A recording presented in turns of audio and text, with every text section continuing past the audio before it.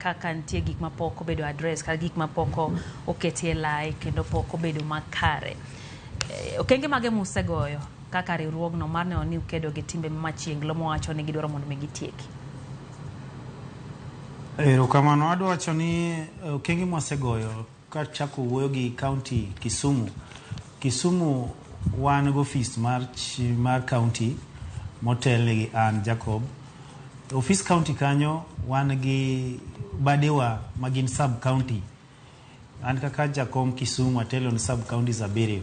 Sasa ama shida moro betie within kata mowuok county sub county moro atudra gi jakom makanyo to waneno kaka wanyalo tackle shida mobetie no.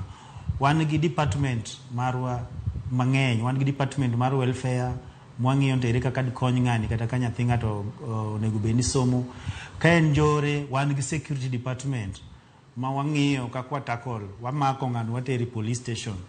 Emi adwa wacho ni apani Boni Alwale owe biro gi propaganda kodwaro motion moro ter to bi wanyise kaka onyalo ter motion manyalo konyo sector mar boda boda. Tie gik mang'eny ma walak kaka jo boda boda to njore kende kata ok ni odwa tero ni mondo loss fine mondo maybe no loss board.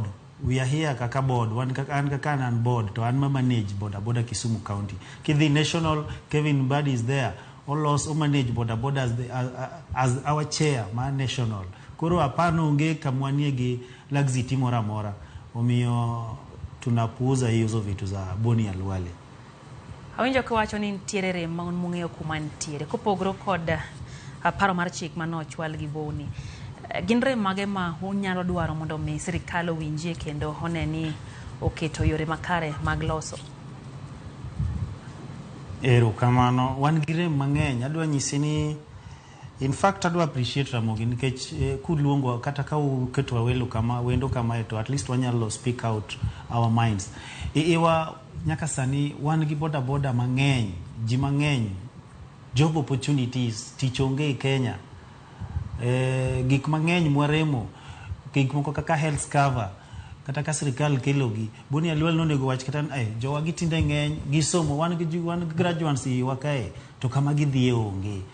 Moso kata kapo ni ng'ato ntima okalo maber, wan gi jo A's mang'eny, wan gi joma osomo kabisa to ng'ama mak bad gi onge. Kenya pinywa ma Kenya kae ni nyaka mak badi.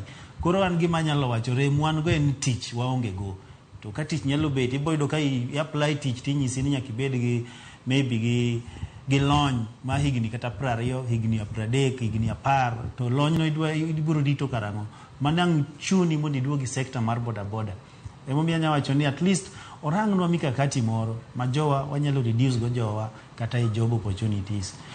Kwa mfano kibiro Kisumu wan gi rem mang'eny iboyudo no ka ichopo Kisumu CBD kae our governor ma wahero kabisa Professor Nyong'o